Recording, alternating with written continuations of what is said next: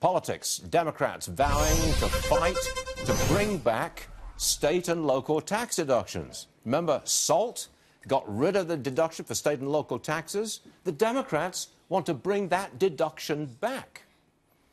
Joining us now is Art Laffer, former Reagan economist. What do you say to that? Look, I personally would love to see it because that SALT killed me, but it did. I mean, it just did. Public service at its best. No, I'm just joking. Go ahead. I mean, what's the chances of them bringing that deduction back? Well, about as much chance as I can understand why Ghosn would ever try to cheat on his taxes when he makes that much money. Yeah. I mean, why would you cheat on your taxes and ruin it all? But no, but state and local tax deductions shouldn't be there at all. And the reason is very simply what it is you get a subsidy from the federal government for your state and local taxes, which subsidize the high tax states. And that shouldn't happen. It shouldn't be Democrat, Republican, liberal, or conservative. Those deductions are inappropriate and shouldn't be there. Now, whether they can come back, whether it appeals to people in places like Connecticut and New York and California and Minnesota, whether those states can pull up enough political votes to do it, I don't know.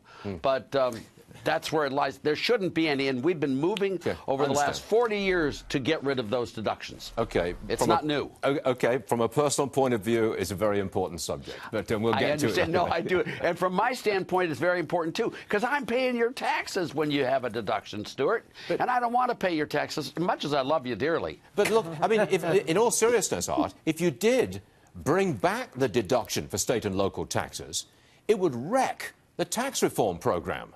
Because that SALT, the no deduction for state and local taxes, that's going to bring in a ton of money for the Treasury in the first quarter of next year. It does, but so do those other things, like Google getting all those subsidies from states. You know, they lose the revenue in Washington state totally because they moved, and then they get all these deductions so they don't get any revenue in other states. State and local governments are just classic spenders and squanderers of resources. They do it in every single move they can, and, you know, they've got to be brought into tow. Why don't you throw out that government in New York and New Jersey that has your high taxes, Stuart? Why don't you revolutionize the place? Because people deserve the governments they get, and if you want to sit there in these high-tax states and not come join me in Tennessee where we have no income tax, I just don't get you. We could have a beautiful Fox studio here, a big building just like it is. In fact, we also have a McGraw and a Hill here, too.